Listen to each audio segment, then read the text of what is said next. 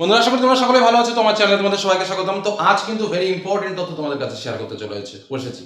তো কি না সেই মাধ্যমিক এবং উচ্চ মাধ্যমিক রেজাল্ট আমাদের কেমন হতে চলেছে সেই বিষয় নিয়ে তো অবশ্যই কথা বলবো। কেমন পাশের আর হতে চলেছে সেই বিষয় নিয়েও কথা বলবো। তার সঙ্গে প্রায় কত ছাত্রছাত্রী আমাদের এই বছর ফেল করতে চলেছে সেটাও বলবো। এবং এটা হতে চলেছে একদম পুরো অঙ্ক করে তোমাদের বুঝিয়ে দেব কি হতে চলেছে এবং কাদের হতে চলেছে। প্রথম কথা বলি যে আমরা সবসময় চাই যে প্রত্যেক ছাত্রছাত্রী একটা ভালো রেজাল্ট করুক, ভালোভাবে পাস আউট হোক, যার জন্য বছরের প্রথম থেকেই তোমাদের জন্য ইম্পর্টেন্ট বিষয়গুলো নিয়ে আলোচনা করি, ইম্পর্টেন্ট কোশ্চেন অ্যান্সারগুলো তোমাদের জন্য শেয়ার করি, ইম্পর্টেন্ট কোশ্চেন শেয়ার করি, বিভিন্ন মডেল কোশ্চেন তোমাদের সামনে তুলে ধরি, বিভিন্ন ইম্পর্টেন্ট তথ্যগুলো দিয়ে থাকি এবং পরীক্ষার আগে একদম লাস্ট মিনিট ট্রিক্স যেগুলো অন্তত যারা শুনেছো তাদের কিন্তু ফেল করার কথা নয়। আর যারা ভালো লিখেছো তারা ফেল করবে না। এবং এটাও বলেছি মাধ্যমিকের ক্ষেত্রে যদি কোনো সাবজেক্টে কেউ 4-5 মার্ক কম পাও, টেনশন করার কিছু নেই। উচ্চ মাধ্যমিকের 4th সেমিস্টারের ক্ষেত্রে যদি কেউ 3-4 মার্ক কম পাও, 3 মার্ক, 4 মার্ক বলবো না, 3 মার্ক যদি কম পাও, টেনশন নেওয়ার কিছু নেই। গ্রেস মার্ক হিসেবে আশা রাখি সেটা তোমরা পেয়ে যাবে। এবার সমস্যা হচ্ছে তাদের যারা 90-এর মধ্যে টেনে টুনে 7 বা 8 মার্কও সংগ্রহ করতে অপারক বা 10 মার্ক সংগ্রহ করতে অপারক হয়েছে, আমি সেটাই বলবো। কারণ ওদিকে প্রজেক্টে যদি তোমাকে 10 দেয় তাহলেই তুমি 20 পাবে। তো সেই 10 মার্ক যদি কারো না ওঠে মাধ্যমিকের ক্ষেত্রে, তাদের পক্ষে একটা ভয়। আর উচ্চ মাধ্যমিকের 40 মার্কের পরীক্ষায় যারা 8-এর কম পেয়ে গেছে তাদের ক্ষেত্রে স্বাভাবিকভাবে ভয়, বা 35 মার্কের পরীক্ষাতে যারা 7-এরও কম পেয়েছে তাদের ক্ষেত্রে সত্যিই ভয়ের একটা অবস্থা আছে। এবার আমি তোমাদের মূল জায়গায় আসি, বা আমাদের পাশের হার কেমন। এবং আমি যেটা বলছি যে এবছর মাধ্যমিকে অ্যাকচুয়ালি ফেলের সংখ্যাটা প্রায় 1.5 লক্ষ হবার কথা, 1.5 লক্ষ হবার কথা। এবং উচ্চ মাধ্যমিকে সেই সংখ্যাটা কিন্তু স্বাভাবিকভাবে 70,000-এর কাছাকাছি থাকার কথা, কিন্তু না, অতটা হবে না। তার একটাই কারণ, সেটা হচ্ছে গ্রেস মার্ক দিয়ে এই রেশিওটাকে একটু কমিয়ে আনা হবে। এবং স্বাভাবিকভাবে কিছু ছাত্রছাত্রী কিন্তু বেশি পাস করবে, কিন্তু বেশি পাস করবে মানে যে 1.5 লক্ষ ছাত্রছাত্রীকে একদম সবাই পাস করে যাবে, না, সেটা কখনোই হতে পারে না। বা উচ্চ মাধ্যমিকে কি তাহলে কি সবাইকে পাস করে দেওয়া হবে, না, সেটাও কিন্তু নয়। কি হতে চলেছে এবার আসো ক্যালকুলেশনে। প্রথমে মাধ্যমিকটা বলি, তারপরে আমি উচ্চ মাধ্যমিকটা বলবো। ওকে, স্বাভাবিক নিয়মে যদি আমরা দেখি এবছর মাধ্যমিকে ক্যান্ডিডেট কত ছিল জানো? 9,71,340 জন এবছরে মাধ্যমিক ক্যান্ডিডেট ছিল। এর মধ্যে ছাত্রের সংখ্যা ছিল 4,26,733 জন এবং ছাত্রীর সংখ্যা ছিল 5,44,606 জন। স্বাভাবিকভাবে ছাত্রীর সংখ্যাটা কিন্তু বেশি।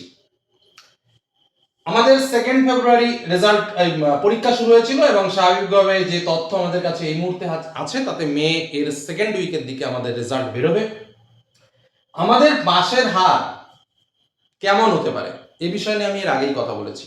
স্বাভাবিকভাবে বিভিন্ন তথ্য পরিবেশন করেছি, কোন সাবজেক্টের মাধ্যমিকের অবস্থা খারাপ, কেমন কি নম্বর উঠেছে। সেক্ষেত্রে ওভারঅল যা রেশিও আমরা হাতে পেয়েছি, সেক্ষেত্রে আমাদের পাশের হার দাঁড়াতে পারে 86 থেকে 87%। 86 থেকে 87%, এর থেকে বেশি মনে হয় না, তবে যদি হয় সেটা অবশ্যই ভালো। মানে আমাদের যেটা ক্যালকুলেশন আছে সেই ক্যালকুলেশনটাই আমি তোমাদের কাছে শেয়ার করছি।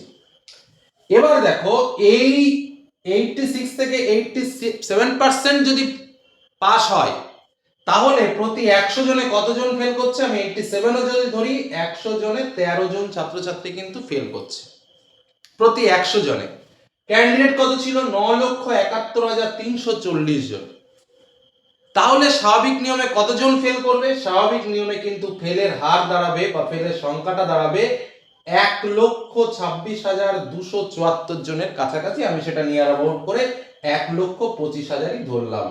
তো এই ছাত্রছাত্রী কিন্তু এবার স্বাভাবিক নিয়মে ফেল হচ্ছে। কি ভাবছো যে গ্রেস দিচ্ছে না? তাহলে না, গ্রেস দিয়েও কিন্তু এই অবস্থায় দাঁড়াবে। আর যদি না দিত তাহলে এই সংখ্যাটা কিন্তু 1.5 লাখ ছাড়িয়ে যেত। বোঝা গেল কি বললাম? এবার বলতে পারো স্যার আগের বার কত পার্সেন্ট পাস করেছিল? আগের বার পাসের হার ছিল 86 পয়েন্ট সামথিং, 86 পয়েন্ট সামথিং, খুব সম্ভবত 57 এরকম একটা ডেটা ছিল। এবারও ঠিক সেরকমই ডেটা কিন্তু আমাদেরও ক্যালকুলেশনে কিন্তু আসছে। অর্থাৎ আমাদের ক্যালকুলেশন যে খুব রং দিকে এগোচ্ছে সেরকম কিন্তু নয়। ঠিক আছে, তো এই হলো মাধ্যমিকের অবস্থা। এরকম কন্ডিশন হতে চলেছে। আর কারা ফেল করবে নিজেরাই ক্যালকুলেশন করে নাও। আমরা তো বলেই দিলাম যে কোন কোন বিষয়ে কি কি ঘটেছে, এর আগেও বলেছি। এবার আমরা আসি একটু উচ্চ মাধ্যমিকের ক্ষেত্রে। উচ্চ মাধ্যমিক এবার একটা সম্পূর্ণ নতুন পদ্ধতি, সম্পূর্ণ একটা নতুন প্যাটার্ন। সেই জায়গা দাঁড়িয়ে আমরা যদি লক্ষ্য করি যে আমাদের এবার পরীক্ষার্থীরা যেমন ফোর্থ সেমিস্টারের পরীক্ষা ছিল, তেমনি অনেক ছাত্রছাত্রী কিন্তু যারা থার্ড সেমিস্টারে ফেল করেছিল তারাও কিন্তু সাপ্লিমেন্টারি দিয়েছে এবং তার সঙ্গে ফোর্থ সেমিস্টারের পরীক্ষা কিন্তু দিয়েছে। তো সেই জায়গায় দাঁড়িয়ে আমাদের মোট ছাত্রছাত্রীর সংখ্যা হচ্ছে 9,10,811 জন, যারা টোটাল উচ্চ মাধ্যমিকের পরীক্ষার্থী।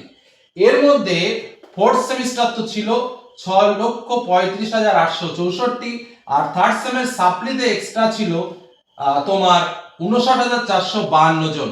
ওল্ড সিলেবাসে পরীক্ষা দিয়েছিল 15,495 জন। ওভারঅল যদি আমরা দেখি থার্ড এবং ফোর্থ সেমিস্টার অর্থাৎ টোটাল যে নিউ সিস্টেম এবং ওল্ড সিস্টেম সমস্ত কিছু মিলিয়ে আমাদের যে পাশের হার সেটা এবার কিন্তু একটু বেশি হবে। এবং কেন বেশি হবে, কারণ আমাদের যে লেখা পরীক্ষাটায় কিন্তু নম্বরটা কম উঠলেও ফেলের পরিমাণটা কিন্তু খুব একটা বেশি নেই। এটা কিন্তু একটা মজার ব্যাপার, যে কারণে সেই সংখ্যাটা কিন্তু 92 থেকে 93% কিন্তু চলে যাবে। আর যদিও বা ফেল করে, কারণ ফেলের যে বিষয়টা স্বাভাবিকভাবে 12 পেলে পাস আমরা বলেছি, সেখানে যদি কেউ 9 মার্কস পেয়ে যায় তো আশা করা যায় যে সে পাস আউট হয়ে যাবে, যে এটা 40-এর মধ্যে। আর 35-এর মধ্যে আমরা বলেছি সেক্ষেত্রে যদি কেউ 11তে পাস, সেক্ষেত্রে যদি কেউ 8 মার্ক পায় তাও গ্রেস মার্ক দিয়ে আশা করি সে বেরিয়ে যাবে। তো স্বাভাবিকভাবে এই মার্কস যদি আমরা দেখি, সেই পাশের হারটা কিন্তু কমিয়ে যদি আমরা এই 7% করে যদি আমরা ক্যালকুলেশন করি, তাহলে আমাদের নর্মাল হিসেব আসছে 49,765, অর্থাৎ প্রায় 50,000-এর কাছাকাছি ছাত্রছাত্রী কিন্তু এই উচ্চ মাধ্যমিকে ফেল হতে চলেছে। তাহলে মাধ্যমিকে প্রায় ফেলের পরিমাণ আমরা পেয়ে যাচ্ছি 1,25,000-এর কাছাকাছি, এবং উচ্চ মাধ্যমিকে কিন্তু 50,000-এর কাছাকাছি ফেল স্বাভাবিক ক্যালকুলেশনে আমরা আসছি। এই শব্দগুলো শুনলে একটু আতঙ্ক তৈরি হয়, কিন্তু এটাই বাস্তব যদি আমরা একটু বিষয়টাকে ভেবে দেখি। তবে হ্যাঁ, ভয় পাওয়ার কিছু নেই। যারা লিখেছো, যারা ভালোভাবে পরীক্ষা দিয়েছো, যারা কথা শুনেছো, যারা সিস্টেমেটিক পরীক্ষাগুলো ঠিকঠাকভাবে দিয়ে এসছো, একটু যারা ভাবনা চিন্তা করে লিখে এসেছো, তাদের টেনশন হওয়ার কথা নয়, কারণ এই বেসিক মার্কস, এটুকু মার্কস আশা করি তোমরা পাবে। এই নিয়ে কিন্তু অতিরিক্ত চিন্তা ভাবনার কোনো দরকার নেই। যদি কারো ভেতরে নেগেটিভিটি থাকে, তাহলে সেটাকে পজিটিভ দিকে নিয়ে যাওয়ার জন্য ভাবনা চিন্তা নিজেরাই শুরু করতে পারো। এটুকু আলোচনা একদম ওপেনলি ক্লিয়ার করলাম তোমাদের সামনে। শুনলে, যেহেতু ফেল নিয়ে আলোচনা হচ্ছে, শুনলে একটু আতঙ্ক বা ভয় আসতেও পারে, কিন্তু যেটা বাস্তব সেই জিনিসটাকে আমাকে বুঝে নিতে হবে, সেই জিনিসটাকে আমাকে অ্যাকসেপ্ট করতে হবে, সেটাকে ফেলে দিলে চলবে না। সংখ্যাটা কিন্তু কম নয়, এটুকুই তোমাদের সামনে তুলে ধরলাম। ধন্যবাদ।